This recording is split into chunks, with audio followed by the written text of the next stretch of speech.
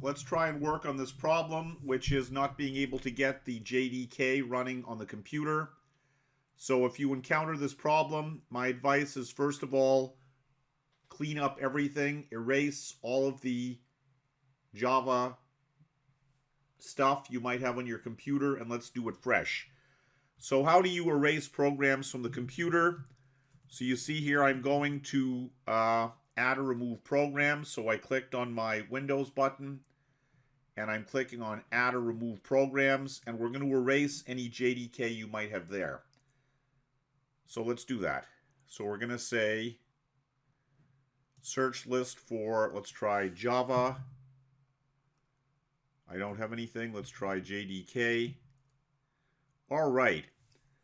Now you see here I have a couple of JDKs running, right? I have two of them, and I don't even know why I have two, because when I do stuff for the classroom, I add and remove things all the time. I probably need to clean up my computer too. So let's select this one and say uninstall. And then you have to let that run for a few seconds.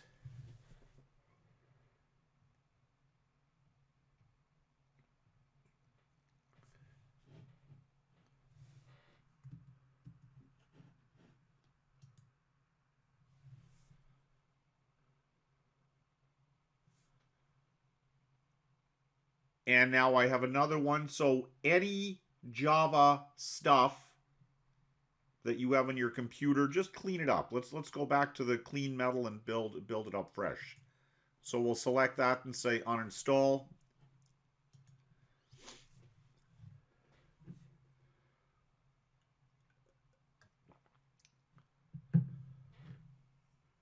And do I have any other Java stuff here? I don't think so. Well, probably not. Now let's try going to a command prompt. So I'll say PowerShell. So Windows button and PowerShell. And we'll try typing Java. That's good, because now I don't have Java. Now here's one thing which is an operating system concept.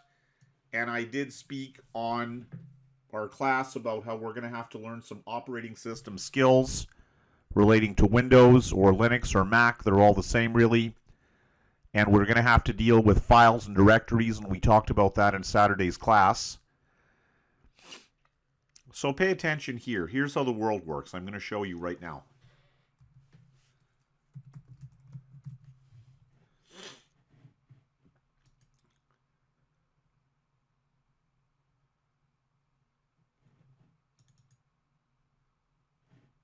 There's a concept here in operating system land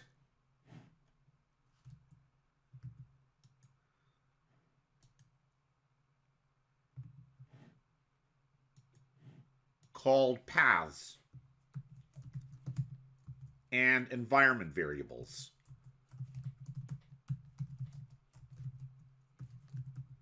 And you remember I talked a little bit on Saturday about files and how files are constructed. And the reason why I talked about that was because I anticipated this problem might come up. I was thinking this generally does come up, so let's deal with it. Now that works like this.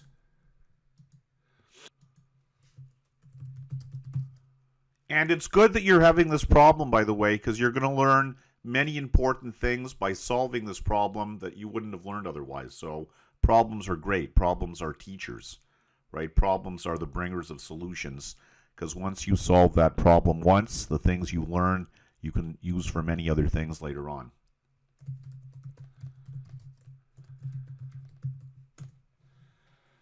So now, the world works like this. And it's true in Linux and Mac as well. I'm just going to make it Windows specific for right now.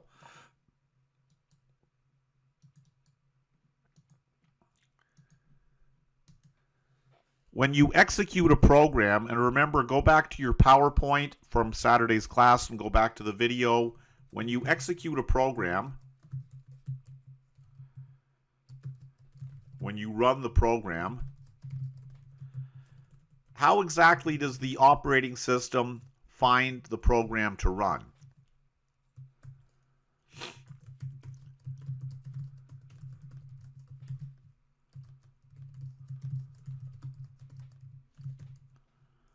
First of all, if I am in a command prompt in my terminal, so I'm in my Powershell terminal, and I have a command prompt. And we did this on Saturday. We talked through it. If you haven't seen this before, if this is the first days you're ever seeing it, you'll get used to it, right? It's a skill. It's like cooking a pot of rice.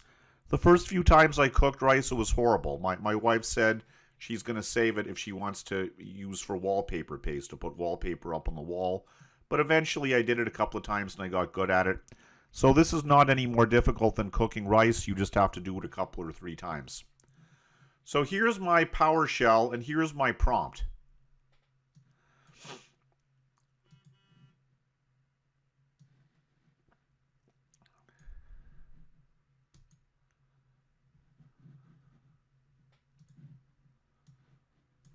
This is called the command prompt. Why? Because it's where we're prompted to enter commands to do things in the operating system. And you will understand that more later, because some of our Java activities will do some system programming. But anyway, we enter commands here. We type commands and we type file names. That's what we do.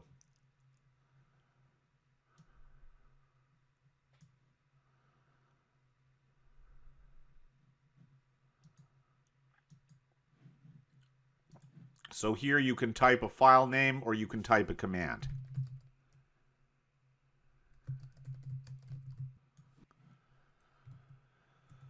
So here I can type CLS, that's clear screen, that's a command. I can type dir, that is a command. It lists all of the files in that directory. If you don't know what a directory is, we'll get to it eventually, probably not right now. I can also run programs. See, I can run programs here. So for example, let's go to a directory where I have some programs. I don't know where that is offhand. Let me go and check here. So now I'm using another skill to go to File Explorer, and that's how I can see all of the directories and files on my file system, on my hard drive.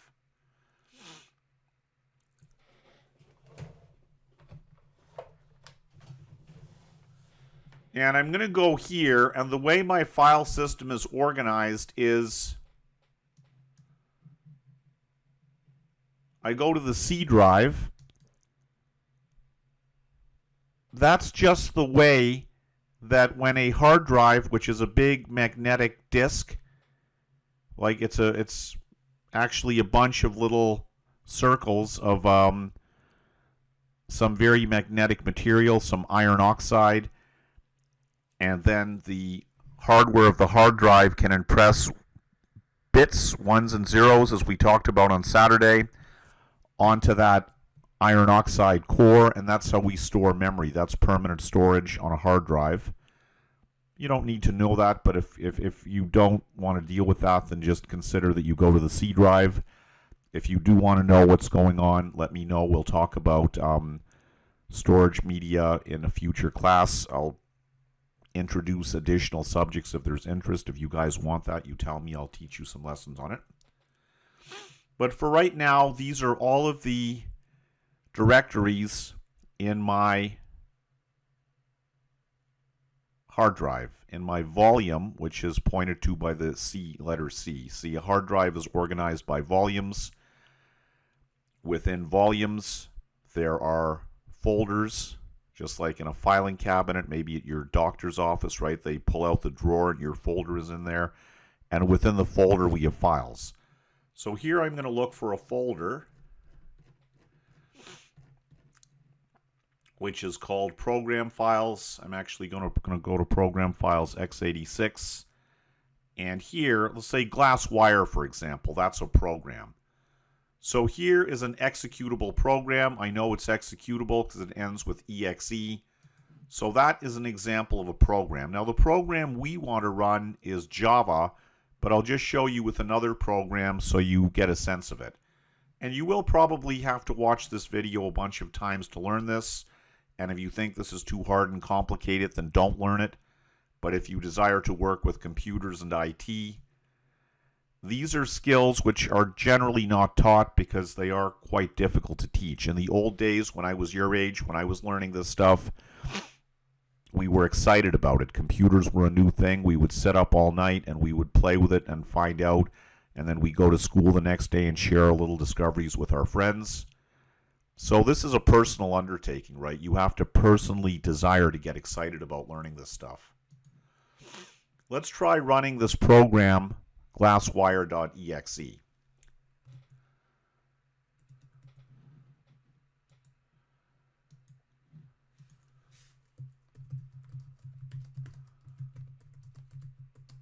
Let's try drilling into a directory and executing a program. Just like when we write more Java programs in future weeks, we will be executing those Java programs.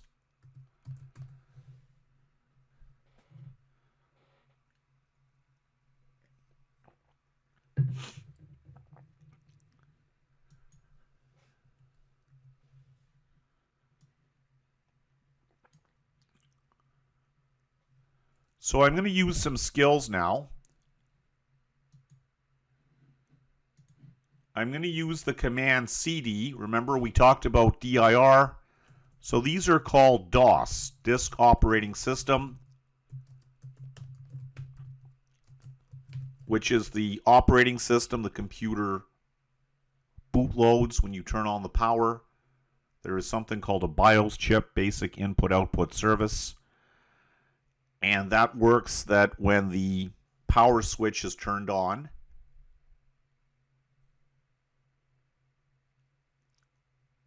there's a special program burned into the microcode of that chip. It's a computer program, but it's etched into the silicon chip. And it finds sector 0 of the hard drive, and it loads up the operating system. And that's why when you type dir or cd at a command prompt, things can happen. That's where it comes from. So anyway, there's some basic DOS commands we must know here as programmers. So there is cd, which means change directory. I'm not sure if they're case sensitive. Here I'm in PowerPoint, so it's auto-correcting me. And there is md for make directory.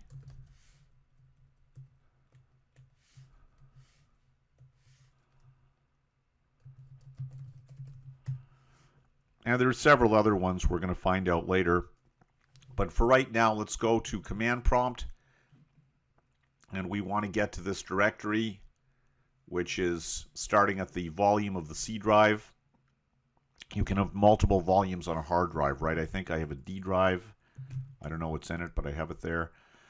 But anyway, if you type a letter and then the colon and then enter, that's called logging into a different volume.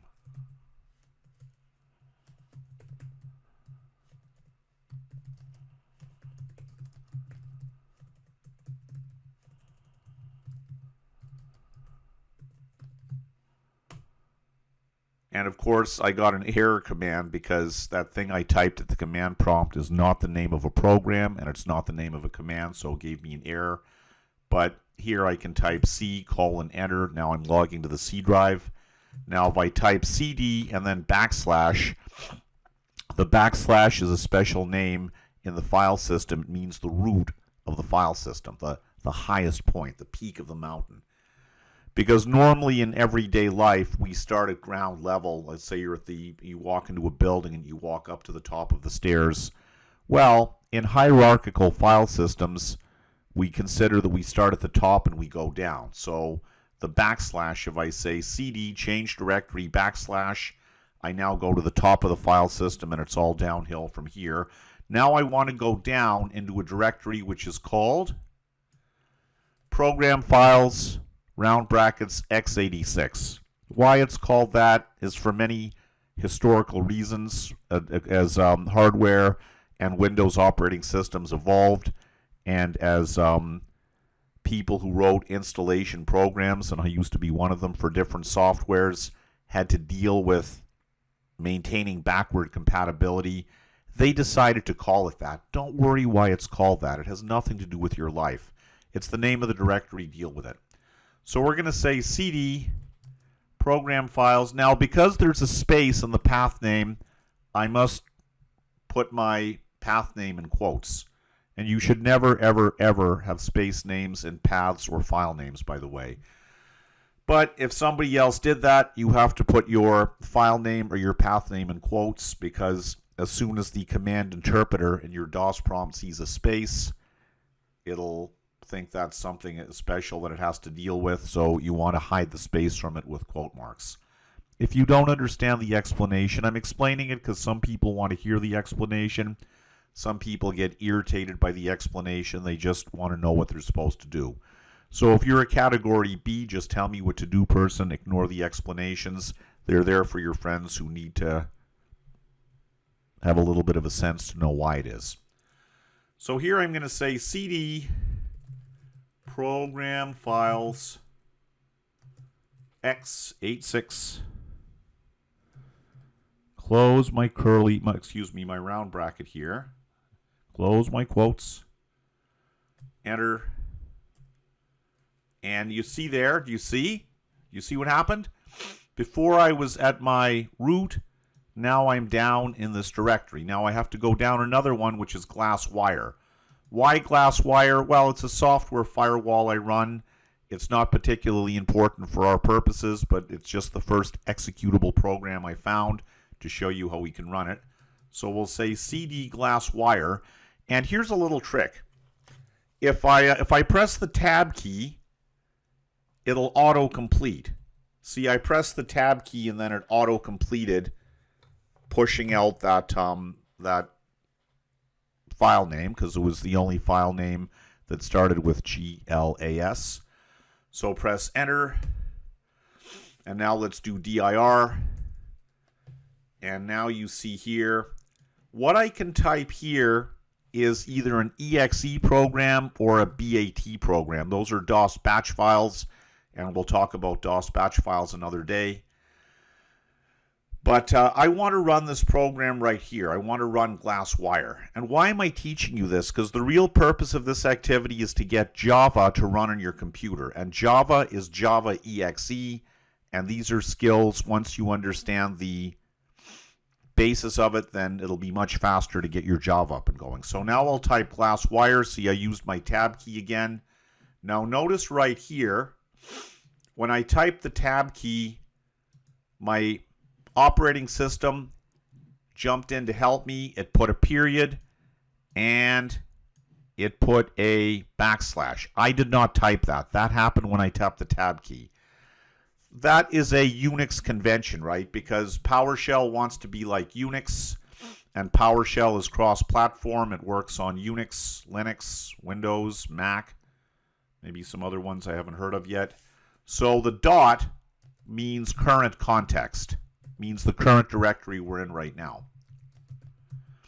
And the backslash, just the dot backslash means look for this file in the current directory you're in right now. It's an instruction to the command interpreter of Windows using the terminal of PowerShell.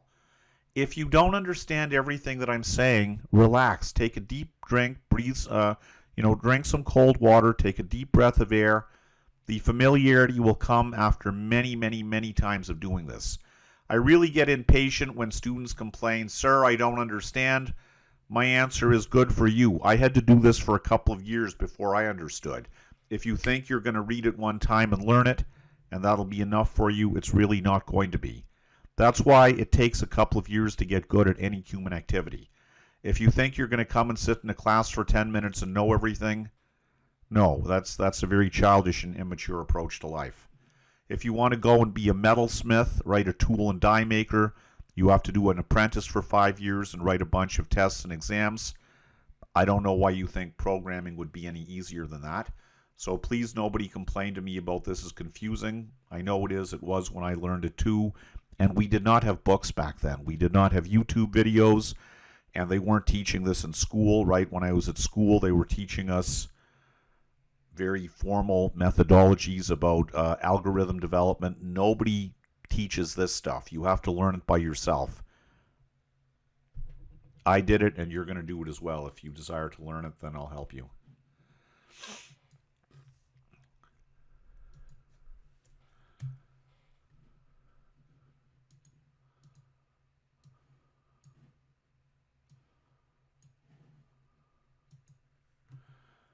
So now let's try pressing the Enter key, and now my GlassWire firewall is running.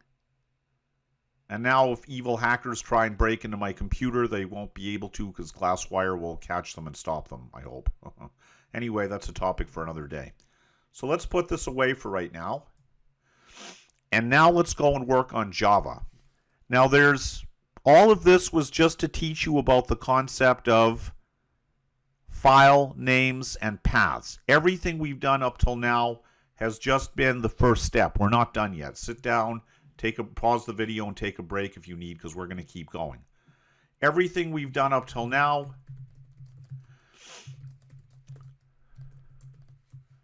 was just to get you to understanding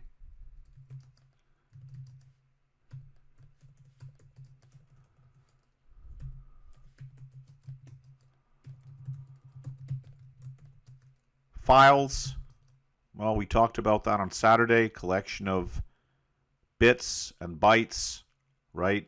A file is a collection of bytes, which is a logical unit of organization made up of ones and zeros. 1 byte is 8 bits, and 1 bit is essentially a switch that can be 1 or 0.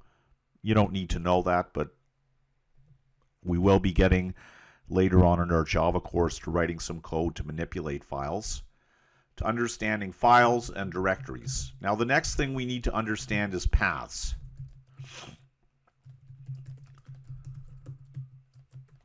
What's a path? It's just a string of directories. It's a path. That's why we call it a path. It's a route. A path is a route through a... It's like roads, right? You go from one road to another, from your house to the store. I'm trying to define path without using the word path. A path is a route through a set of connected directories. Maybe that's the best way to say it.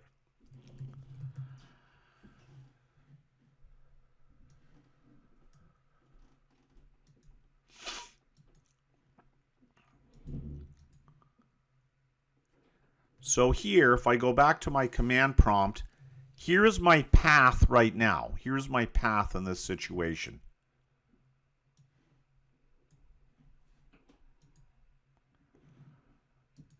So I start at my volume, which is the C colon, and then I have a backslash, and then I have another directory, which is program files brackets x86.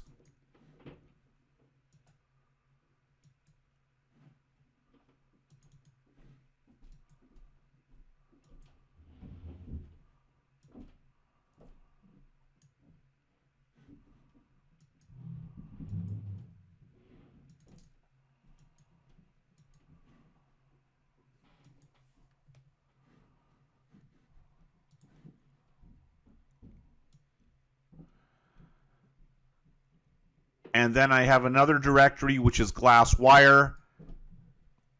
And then I can type dir and see all the files there. So that is a path, right? That's a path. That's what a path looks like. It's a set of connected directories in your file system.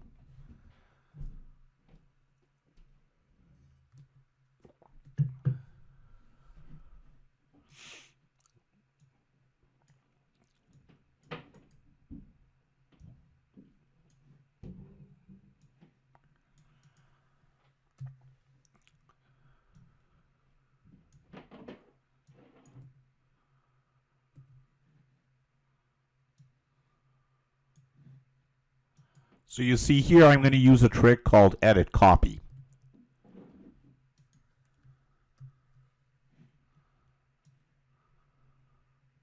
Here's an example of a path.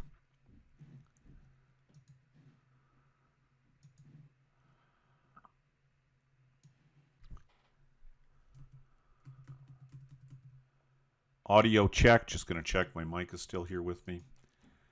Now, let's continue on our journey of being able to get Java running on our computer.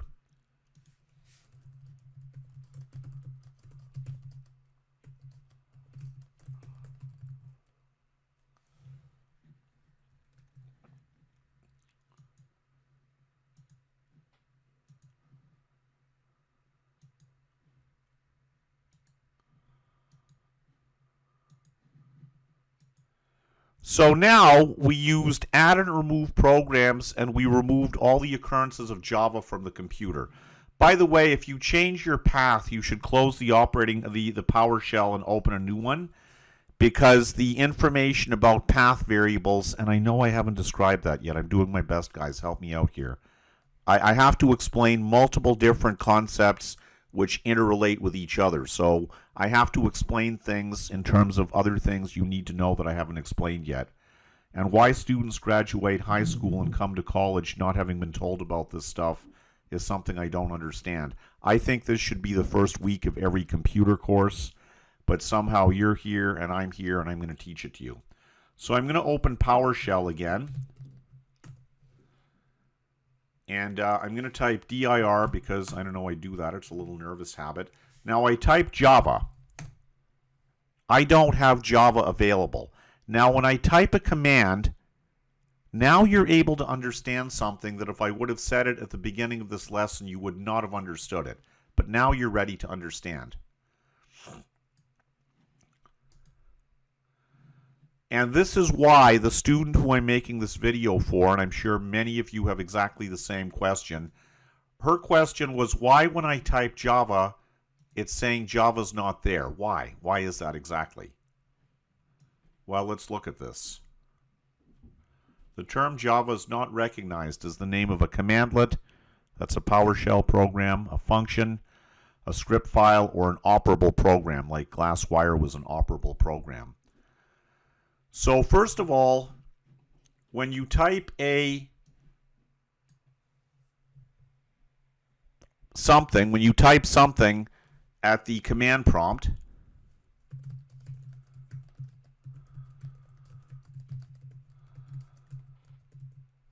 your operating system will first try and figure out, is this an operating system command like dir? Is the thing which my user typed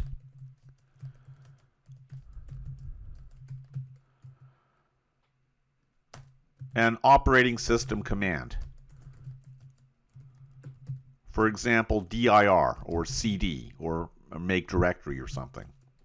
Is it something like that? If yes, it'll do it. If no, well, what else might it be? It might be the name of a program. So if it doesn't pass the number one test of being an operating system command, is it recognized? Is what my user typed the name of a program? And java.exe, by the way, nothing but a program, just like glasswire.exe. Is what my user typed the name of a program. Now, your operating system will do a couple of things. First, it will look in the current directory. Now you know what the current directory is. After you get through this lesson, go and give yourself a good reward. Go and, I don't know, do some activity you like as a little fun thing, because you've made a huge accomplishment in your life once you master this knowledge. You'll be able to go and get an entry-level job in a DevOps position installing software in a company, because this stuff is not hard. It does take effort, but it's perceived as being hard by many people. So they've not watched. I guarantee you 99% of your classmates who started watching this video got bored after the first 2 minutes and they turned it off.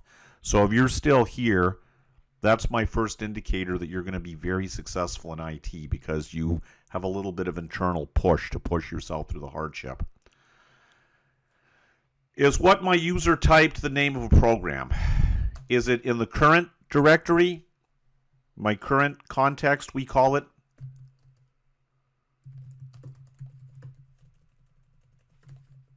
The operating system is asking itself, is there a program in my current context by that name? And if yes, it'll run it. Good. If no, then it will look in the path. Then the command interpreter, and that's the name of the program, which is part of PowerShell. I'm simplifying it a lot because I want to get through this video in not too much time. But essentially your operating system, Mac, Linux, Windows, AS400, IBM System 38, you name the computer system and I'll tell you it's the same way.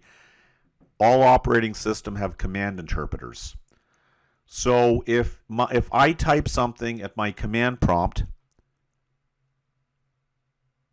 if it's the name of an operating system command like dir, the OS will do it, and that's the end of the story. If it is not recognized as an operating system command, is there a program, like glasswire.exe was a program, in my current directory? If yes, make yourself happy. Go and run it. You're off to the races. If no, then the command interpreter, which is the guy who's, or maybe it's a girl, I don't really know, I never asked it, but there's something in there called a command interpreter, which is a program.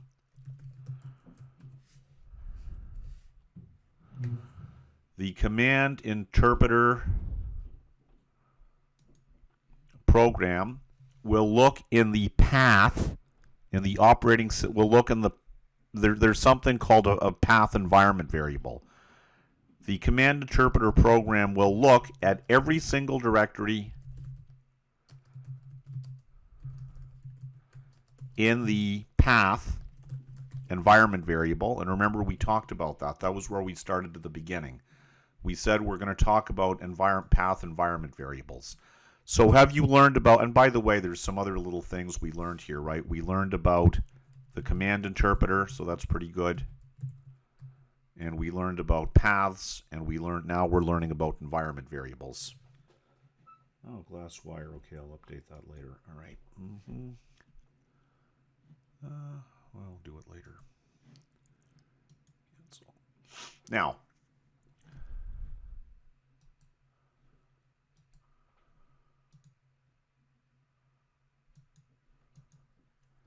what's going on with this whole path environment variable? What are environment variables to start with?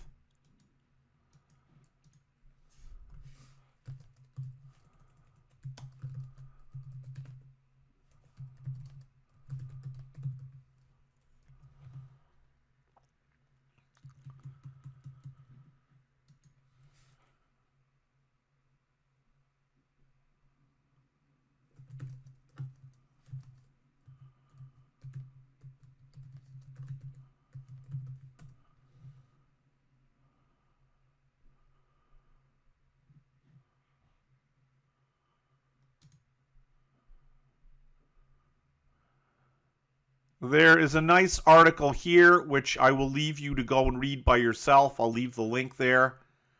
But essentially, an environment variable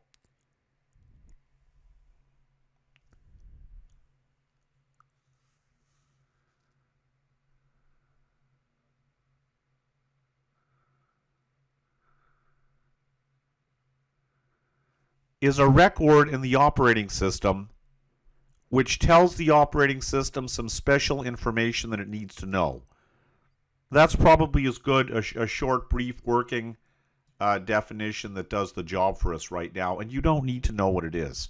Here's the thing. I have some students who get angry and upset and irritated when I explain how things work. They just want to know which buttons to push. And I have students who get angry and irritated if I don't give them a very detailed explanation.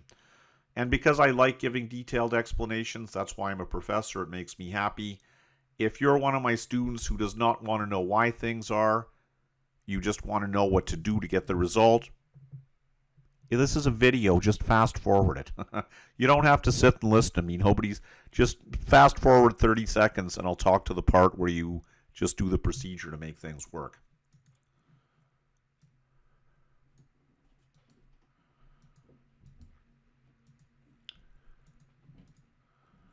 So go and read that if you'd like the long explanation. If you want Peter's special short explanation, we will say,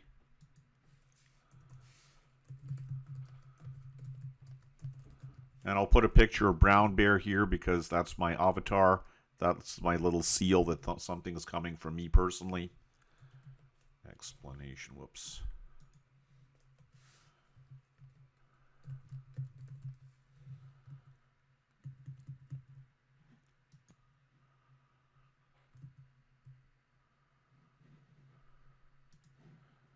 So an environment variable can be thought of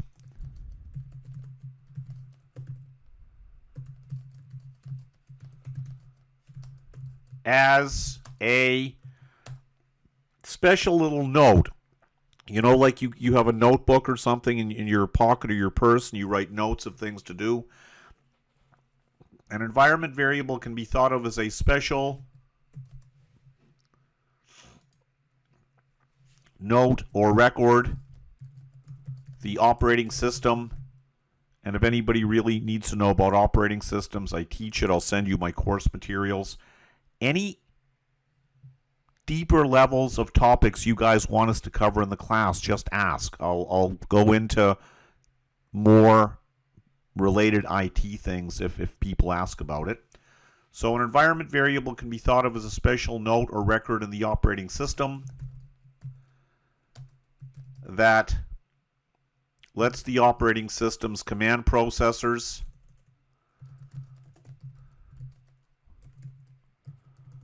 know where there is some information that it needs. It reminds itself where to go and look for something that it needs. For example, I know a lot of people in the morning, they have the problem they can't find their car keys.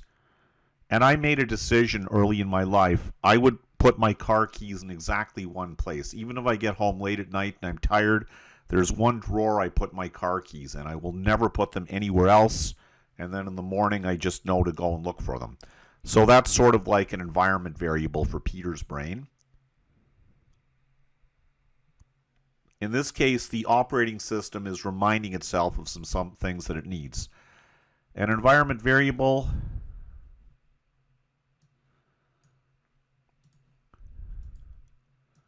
can be thought of as a special note or record the operating system keeps to remind itself to let the command processor know where there is some information that it needs.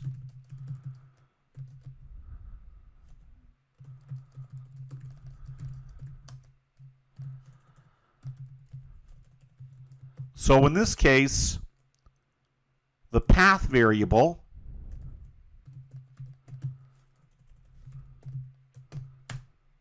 tells the command processor it is looked at by the command processor. That's the part of the operating system that takes commands and executes them, runs them, makes them work. It is looked at by the command processor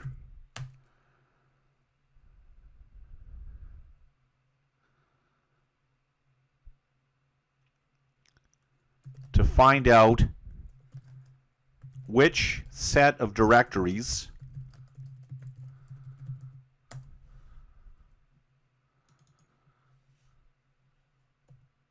the command processor should look through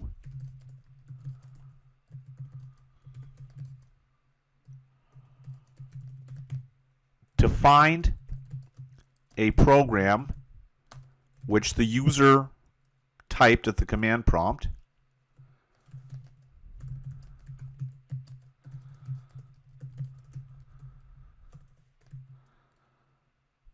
and which is not in the current context,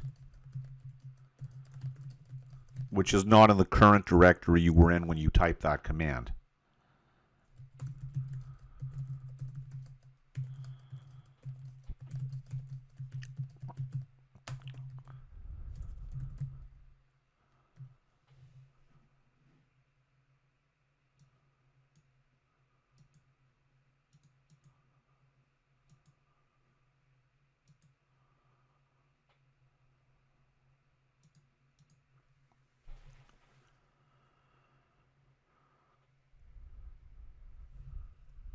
Let's say is used by.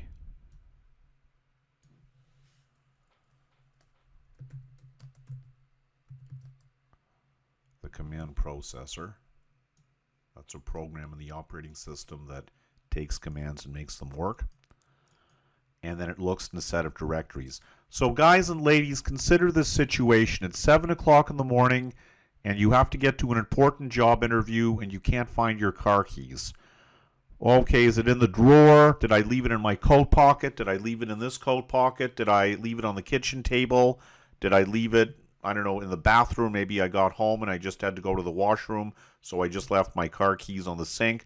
You run around the entire house looking in every possible place your keys could be till you find them, and that's what's going on with the path variable.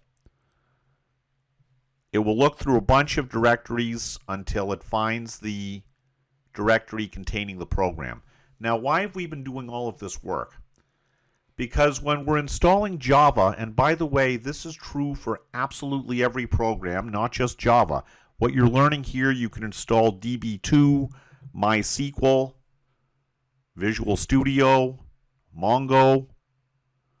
You tell me the program, and I will show you how these skills are going to help you to install programs. And this used to be a very basic thing that everybody knew about. Now, in your generation, nobody knows this stuff. Nobody is being taught this stuff, which means this is your secret X-Man power, right? Once you invest a couple of hours in watching this video and practicing it, you can get an entry-level job in a DevOps position, right? Because that's what DevOps, well, that's one of the things they do. They install programs. Maybe they do user desk side support. They go around to people's desks and install programs, or they do it on the server room. But this is tricky, right? There's something called cognitive spacing. That means how many different ideas can you have in your brain at the same time and keep a connection between them. And if you followed my video so far, if you've gotten with me up till now, you have a large cognitive space. That means you can keep many different ideas in your brain at the same time and relate them together. That's a good general proxy for general intelligence, and you will be very successful in IT.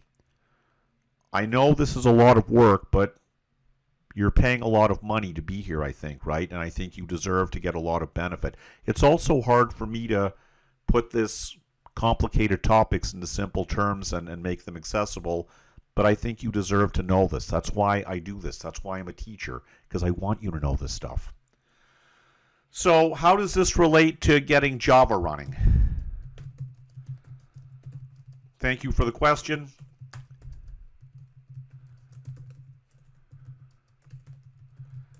Because the problem in the email that started all of this is the student might have installed Java, but her path variable was not correctly set. So when you install a program like Java, and I'll just use the example of Java, but it applies to SQL, it applies to anything, any other program you can run, Microsoft Word, whatever else you name. What you're really installing is java.exe. Java.exe. The directory that java.exe is in must be in a special environment variable called the path variable, which I'm now going to teach you about. The directory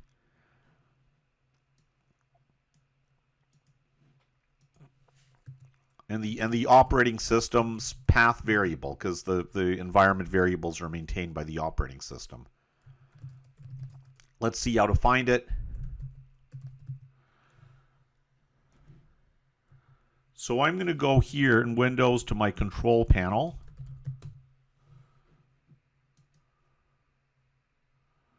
And I'm going to search up here, and I'm going to say path.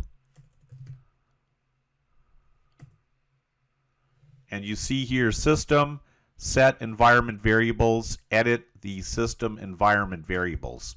So student who sent me the email that started this video going, and everybody else who's having this challenge, this is a good general thing, right? Even if your Java is somehow running by accident, you don't really know how, just by good luck, everything fell into the right place. This is a foundational IT skill, right? And nobody is going to teach you this stuff at school. And the reason why is we get so, you guys have no idea what an enthusiasm killer it is for your professor when you sit there with a painful look on your face going, "Sir, I don't understand." that's really another way of saying you want to be lazy. You want to be like a small child and you want to be babied and you want somebody else to do the work for you. Okay, that's your decision. Go, if that's what you want, that's fine. But if you want to learn how to do this stuff, then stay with me. So I'm going to go here and say environment variables right here. And see there, I have something called Java Home. So that's an environment variable. And Go path, that's something else. That's for a Google programming language. That's not relevant here. Here is some other things I installed for some other programs. But what I really want right here is my path. And my path, as you see, is pretty big because I have a bunch of stuff here. But what you need to do, student who was asking this question, is you need to make sure that the directory where Java is installed is here in your environment variable. So I am now going to reinstall, because I deinstalled my Java just to make a point for this video. I'm now going to reinstall Java, and I'm going to put the path in the path environment variable. So let's do that. So we're going to go here and say download. By the way, there's the JDK, Java Development Kit, and the JRE, Java Runtime Environment. We need the Development Kit, JDK. So download Java Development Kit, JDK, and for your operating system. And I think Sun Microsystems is hosting it these days, unless somebody changed something and didn't tell me about it. Java Standard Edition. Oh, it's Oracle. Sorry. All right.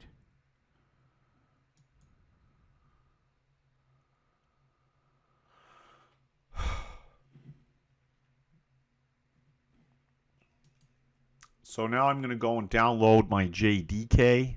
Probably you want to download the documentation as well. We'll do that later. So download JDK.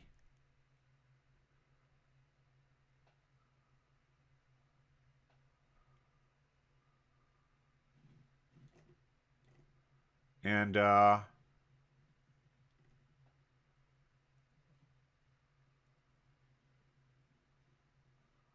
guess this should do the job as well as anything else. It's JDK, Java Development Kit. So I'll click on that. And it seems they don't make you log in anymore. In the old days, you had to log in, and I could never remember my password. I had to reset it. But it seems they don't make you do that anymore. Now I'll save it. And please develop the disciplined habit. Remember the path. After our discussion today, remember the path you're putting stuff in. So I'm going to go here and say C, and I have a directory called data. I put all my stuff in, and I'll download it. I'm going to pause the video for a couple of seconds till that's done. Then I'll come back.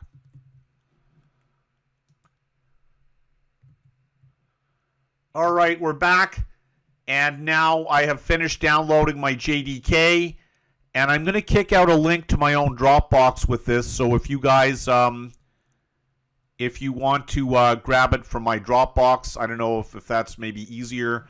I know some people in certain areas have said due to internet and so on, it's not that good and they have trouble downloading stuff. Well, the one little bit of something I can do to help you is I'll put it in my own Dropbox and I'll kick out the link along with this video. So let me do that right now before I forget about it.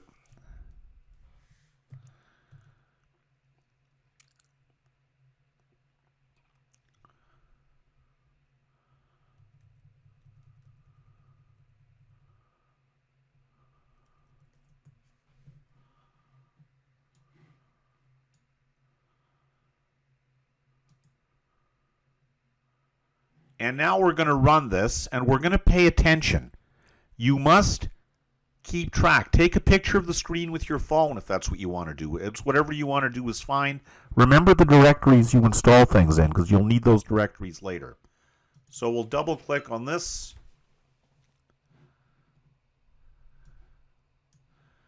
And your operating system requires you to give administrator position to install programs. And if there's interest in the last portions of our Java class, I'll teach you how to create executable installers for your Java applications. So now we're going to, now look, do you see? Do you see it right there? That is your directory which your Java program is now going to go in.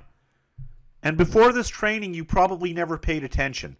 Now, we've seen where we have to go and put the path variable, the directories in the path variable, and that has a limit of 1,024 characters. So I don't really agree with this whole thing. I think it's stupid. I don't know why they do it. I don't agree with you putting things in this deep path. Don't put it in program files. You don't need to. So I'm actually just going to put it right here in JDK, and I don't even need all this crap about 15, 0, 1, 2, 3, 4, 5, whatever. I will put 15 because maybe later I want to remember. Actually, I don't even need that. You can always do Java version. So I'm just going to put my Java development kit in a directory called C/JDK. Let's make sure I don't already have that directory, because if I have it, it'll screw things up. So I'm going to go here and search in my Windows Explorer. I don't have a directory called CJDK, so that's good. Now I'm going to make a little note to myself, and you've seen in class I do this, right? I make notes of stuff. Directory of Java installation. Because I'm going to go and put that directory in my path later on. So now we'll say OK. And that's going to take a while. Actually, it's going pretty fast. It used to take over an hour. They've done such an improvement in the installer here. That's going to go pretty fast. It's successfully installed. Yay! Now let's go and see. Do I have this directory now? Yay! So that is where my Java is now installed. So you go in bin, which is binary, because we talked in Saturday's class about files and how they're a collection of bits and bytes, and it can be text or binary. So that's why I talked about that, so we'd have a background for this. And here, do I have java.exe? Let's sort by type. Right there, do you see that? Java.exe.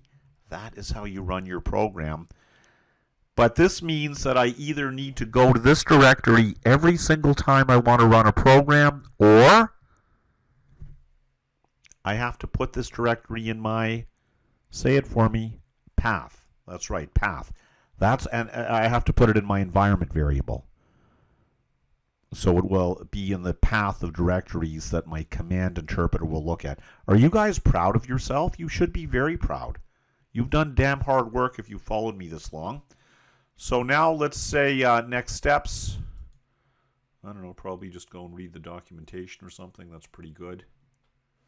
Yeah, I love Java does such a nice job in the documentation. You don't need to buy any books on their stuff, right? Just read. That's when I was developing this at IBM.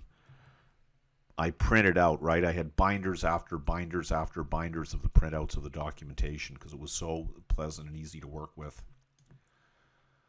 So now we'll say close. So now I should be able to do the following. Let's try opening a new command prompt. Remember, because when you make changes, your old version of the command prompt you opened before, it did something called caching. That's like storing, like making a little in RAM file of the environment variables when that version of PowerShell was started. So let's make a new instance of it. PowerShell.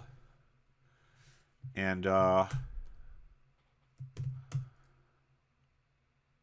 can I type Java and get it to run here in my C users HP directory? Yes, I can. So that means that the installer automatically updated my path variable to know where the java.exe is. And if you have the problem, which the student whose email started this video had, if it's saying it can't find Java, this is all you need to do. You need to go to your,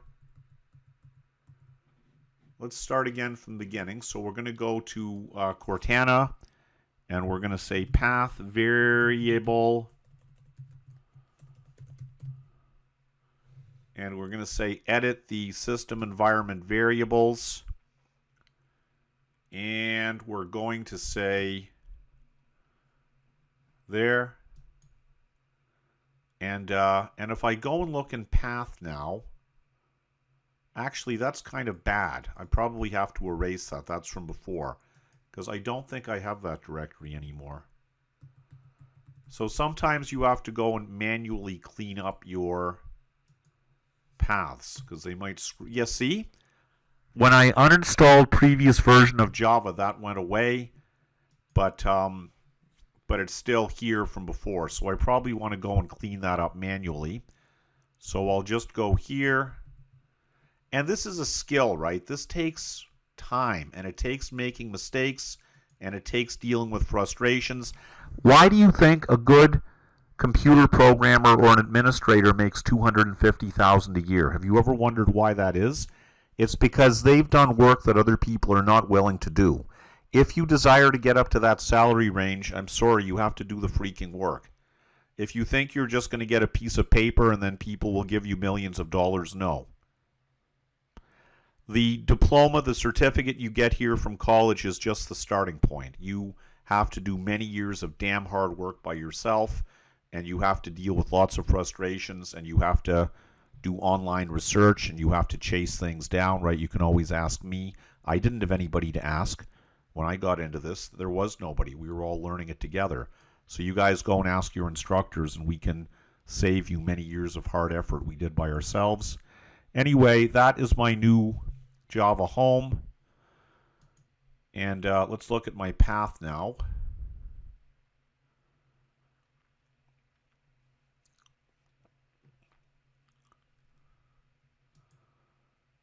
Say edit. And it must be here. Oh, it's, well, I don't know. I mean, I know it's here because when I type Java at the command prompt, Java is running. So even though I'm not going to spend time right now, but it's running. So anyway, you have, oh, that's too long. I see, that's what I said. That's why you need to shorten some of this stuff down. Well, I'm going to get rid, I'm not teaching Python right now, so I'm going to get rid of my Anaconda stuff. That's why you should always override the default installation locations to make them very short just off your root, because there is a size limitation on how big the path can be. All right, well, I'll reinstall Anaconda later if I have a problem with this. Python is not a requirement of what I'm teaching right at the minute. All right, so get rid of that. And let's try now. Okay, so now it's below the limit. But that's why we do not go with these big bloated C program files, this, that, cat and dog. Keep it short and small, and do not have spaces in your directories. Please don't do it, for reasons that will become clear when we do some system programming in our Java class. So we'll say OK here, and OK, and let's once again give it another check. And now let's say a PowerShell. So student who asked me this question, here's your procedure. Deinstall every single Java installation you have. Reinstall it fresh from the installer, which I'm going to give you the link to, and it should just work.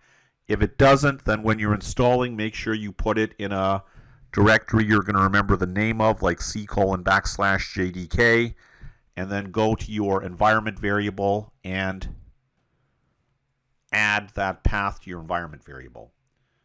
All right. What else am I doing? Oh, yeah, I wanted to open PowerShell. So can I run a Java program? Yeah, I can run Java from any directory now. So I'm going to go up to my root, and I'll make a directory.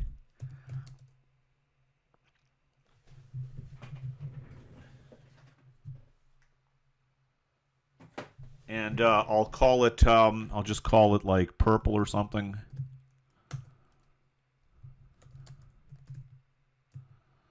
And I can run Java here. And now I can make a simple Java program, right? So I told you, you guys get into all these big existential crises about, existential just means the world is going to come to an end, about, oh, should I use Eclipse? Should I use, what's that other one, NetBeans? Just use freaking Notepad. If you really think you're good, you don't need an IDE. Just use Notepad, or you use Sublime or something. So Notepad, and now we're going to say, because we know that in Java, we talked on Saturday, our programs must go in files. Duh. Well, thanks, you big genius, Peter. Like, where else would I put something except in a file? Think about it logically through common sense. The only way you can have anything in your operating system is in the file system. The operating system is files on the file system. So here, I'm going to make a file, and our file has to have, it may have multiple classes.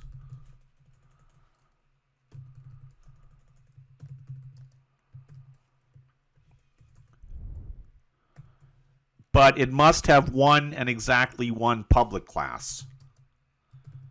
And I always make, my own pattern is I make a class called manager, because that manages the program, right? It calls and runs everything else. So we say visibility modifier, either public or we don't put anything there. And the Java program must go in a file, which the name of the file is the same name as the one public class you're required to have. You must have one public class, not less, not more, exactly one. So here I'm going to say file, and I want to put it in this this directory. So we'll say save as. You see, now you're looking at these things which you saw many times before, but you probably didn't process what they are. So here I'm going to go to purple. And here I'm going to call it what? Well, what's the name of my public class? It's manager, so I'll call it manager.java. Manager.java. There it is. You can also use the DOS type command to verify the contents of your file, because sometimes you're running a program and stuff is going wrong, and then you see the contents on disk is different than the contents in the file. Maybe you forgot to click save or something. I won't make fun of you if you do that, because I've been known to make that mistake myself. So now I'm going to say public class manager, and we know that in Java our public class must have public static void main. There must be exactly one public static void main method in your entire program space. If I try to put public static void main in another class, the Java compiler, actually it's an interpreter. We'll talk in class about the difference between interpreters and compilers. It'll get mad at me because let's leave that as a discussion for another day. Here now, unlike Python, which I know a lot of you came into programming through Python, which is a beautiful language, but we do not care about indentation here. Have it, don't have it, make yourself happy, because Python does not have the curly brackets to separate stanzas of code. The reason why is Guido, I forget his last name, he's a Italian guy, he works for Dropbox now, Guido Bassett or something?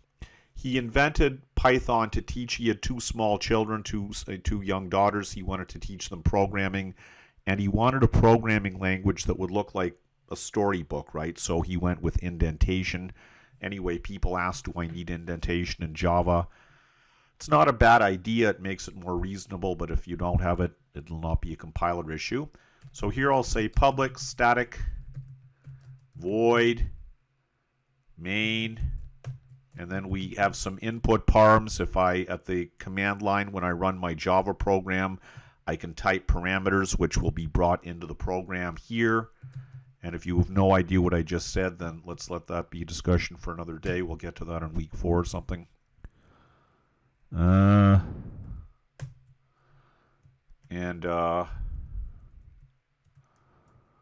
That should be my minimal viable Java program, right? That should work. I mean, it's not going to do anything tremendously useful, but it should do the job, at least not have compiler errors. So we'll call this my minimal viable program. Yay. Let's try running it. So now I'm going to go here and say Java manager. Could not find, oh, maybe I have to put dot. Oh, I have to put, sorry guys, because I was so mentally entrained in teaching you about environment variables, I forgot the basics. First, we have to run javac, javac, which means Java compile, which means take your Java source code and turn it into a byte file. I will talk about that in class, but not right now. Yeah, so javac manager.java. Now, when you use an IDE, you don't see these things because the IDE does all of this for you in the background. That's why going old school and using a simple text editor is beneficial. And now I have something I didn't have before, which is manager.class. Manager.class. So let's go and look at that. So C purple.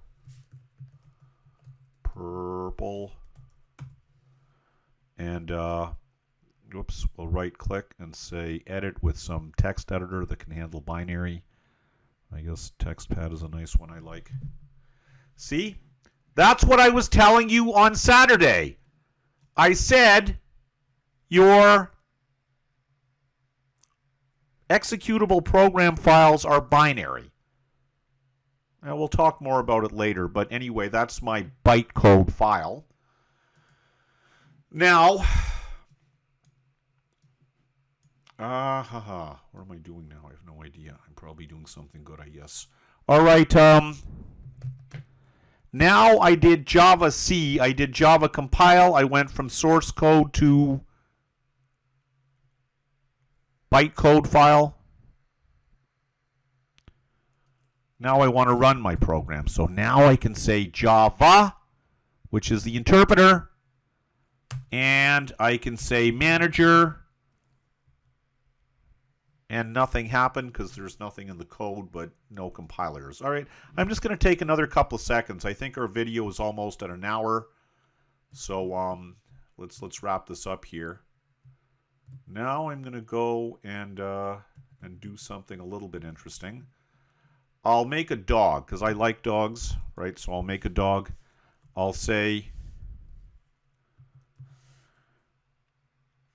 I think by convention, your class name should be capital. I remember I did the Sun Java certification many years ago in 2001 or something, and they ask you little stuff like that. So if anybody wants the certification exam, wants to go for that, I can give you advice on that. Let me know. I think it's great for new graduates because you don't have a lot of industry experience. Well, at least let yourself have some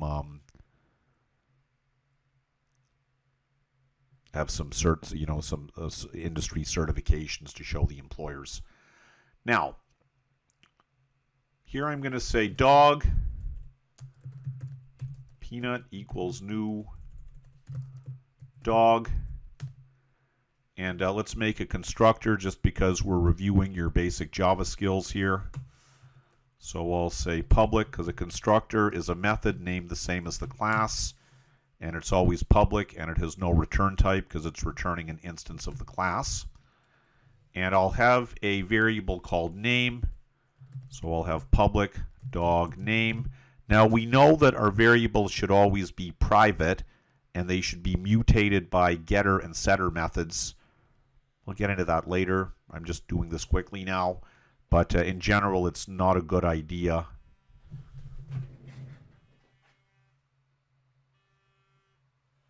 In general, it's not a good idea to have public variables because it breaks encapsulation, which is one of the pillars of object orientation. But here I'll have in my constructor, see, I'm deliberately not doing formatting with new lines and stuff just to show you Java doesn't care.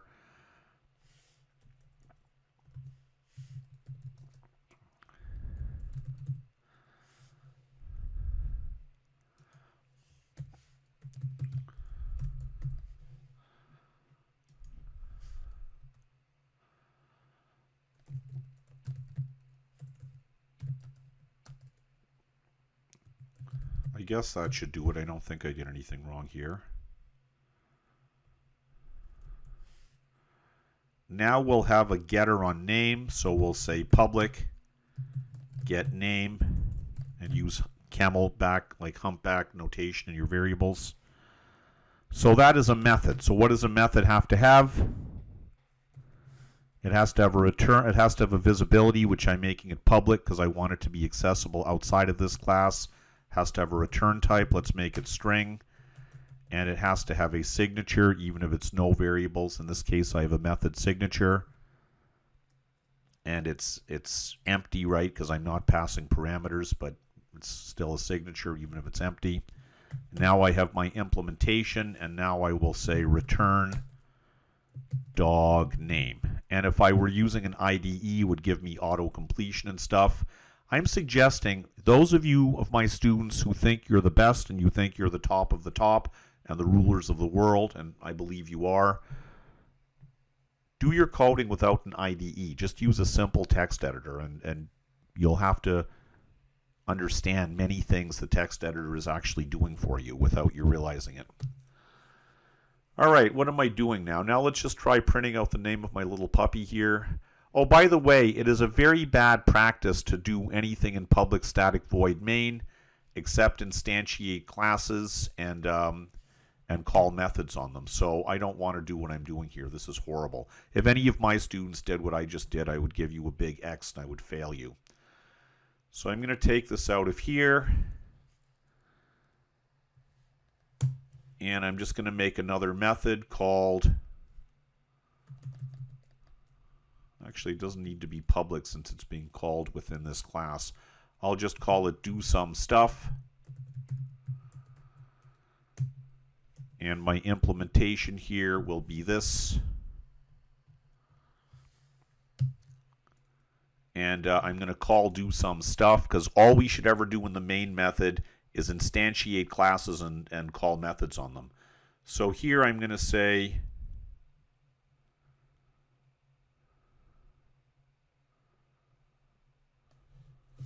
I have to instantiate the class. So we'll say dog peanut equals new dog peanut. And so now I have an object reference. So now in my method, and it's acceptable. Well, actually, I could have done this here. I could have. Anyway, I'm not going to get into design considerations here. But I'm going to say peanut dot get name.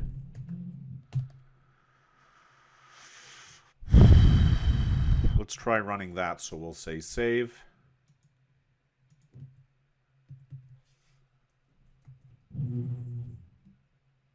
It's not outputting it. Why? Because I'm not calling. See, I declared the object. I didn't call. See, these are all nice things. An IDE might have warned me. It might have said you declared a method called do stuff, but you didn't call it. So anyway, peanut is my object reference. If you need more background on programming paradigms or the theory of compilers, we can talk about it in class. And I will say do some stuff. Let's try that. So save.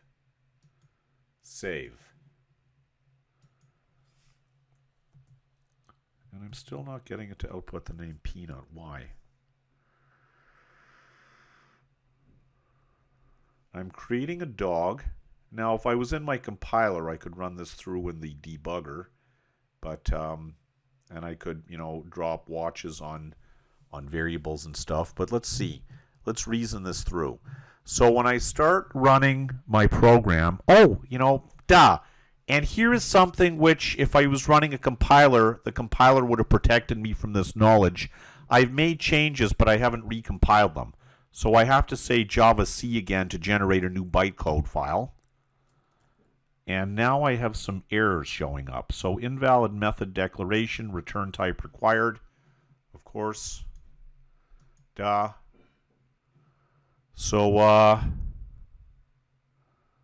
do some stuff. Yeah, so that's going to be void because it's just doing stuff. It's not returning anything. So let's try that again. So save, and remember to recompile to generate a new bytecode file. Yay. Identifier expected public dog name. Oh, public string, because you have to say what kind of a variable it is. Yep.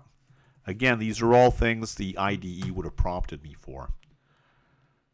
And let's try this again. So save, and let's generate the bytecode file again. Yay. Cannot find symbol peanut. Variable peanut is not found. Yes, this has to do with the fact that we have 4 kinds of variables in our Java program. Class static, class instance, method local, and loop local. And here, peanut is a method local variable, so I must declare peanut at the class level to be available to every different method. So here we're going to say dog peanut. We'll do that up here. And I must remove the typing here, because if I have dog peanut again, I will now have a separate variable. And we're going to talk about the idea of the call stack and how each frame in the call stack maintains its own set of variable data. And you can have 2 variables with the same name, but they can be different variables because they're in different call stacks. They're in different frames, in the call stack. If you don't understand what I just said, we'll get to it. But the idea of the von Neumann architecture, the heap memory and the stack memory, is another thing which I truly have no idea why we let students get as far as you guys are and never told them about it. But I guess it's my job. I'm going to tell you about it. So let's say save, and let's recompile. And now we're getting to the issue of static and dynamic, and what can you call. So there's rules around calling between static and dynamic. So here, because this is a static method, so dog has to be a static variable, so we'll say static. And I'm not even going to start to talk about calling between statics and dynamics now. That'll be about a 1 hour lesson in our class at a later date. So let's fix that.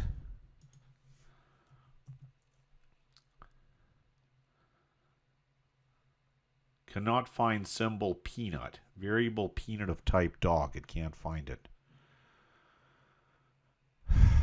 So static, peanut, do some stuff. Yes, because again, this is a static variable, so let's make that a static method. So we'll say static void, do some stuff.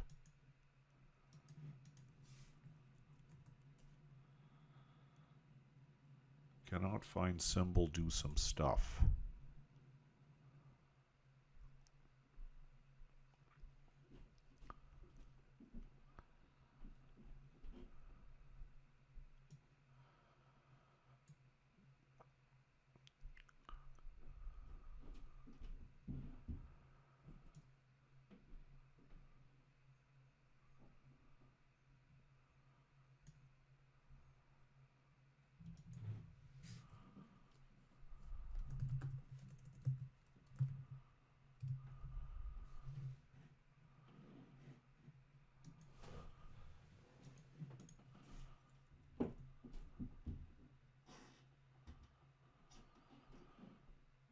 Round bracket expected. Static. So also pay attention to your line numbers here, right? So manager line 9.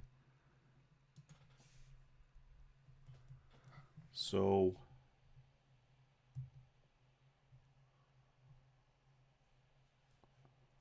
I'm just looking down there at the bottom of the window. There's line 9. It's saying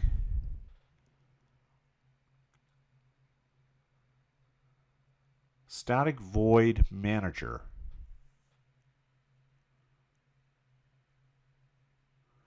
Because when the difference is an instance variable is called on an instance reference, and a static is called on a static reference, which is the class name.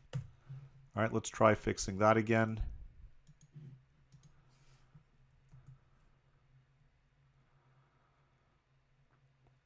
Cannot find symbol peanut on manager line 6. Cannot find symbol peanut. I'm just looking around because my camera's on the way here. On manager line 6. It can't find peanut. Why can't it find peanut? Now, if we were in an IDE, we could easily use the debugger. Now we have to do it without the debugger.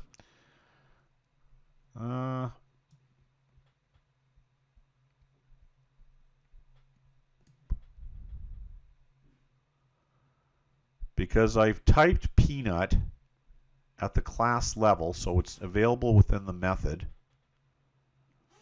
Static dog peanut, peanut equals new dog.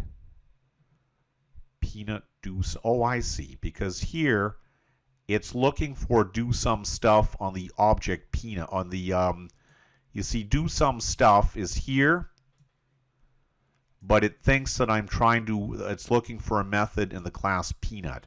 So let's get rid of this, and we'll say save.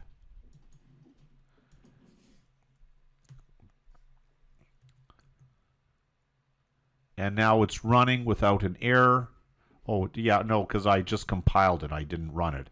See, I did Java C. Now I have to actually run the program. And now it's running, but it's not outputting peanut. Why? Because I'm returning the dog name, but I'm not printing it. So here,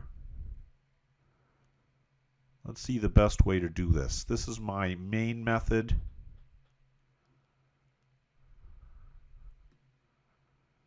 Do some stuff.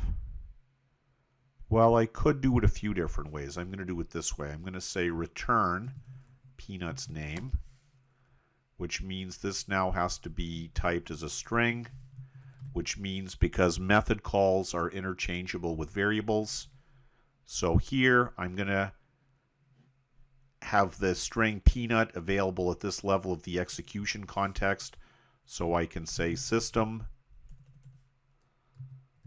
.out.println, and let's try that. So once again, let's remember to recompile. So we'll save. We'll do Java C.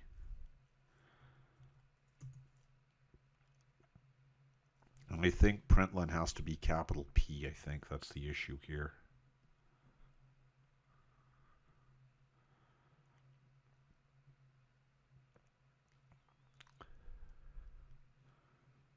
Oh, wait a minute. System.out. Oh, I see. Here, I think this is the issue. Do some stuff. Yes, I put my, and that's another thing the IDE will automatically tag you on when you're just working in a text editor. You have to pay attention to that by yourself. So let's recompile and let's rerun. Yeah, so now it's working. You see, it's just outputting the name peanut. Anyway, I'm going to wrap up this video. This was a introduction or a refresher, depending on where you are, to basic Java skills and a number of little, what I call the rough edges, right? Because there's stuff you look at in a textbook or a YouTube video, but I wanted to step you through the sort of little rough parts when things go wrong and let you see how you can develop some skills of fixing them. All right, I'm going to end up this video now. See you guys in class. Bye.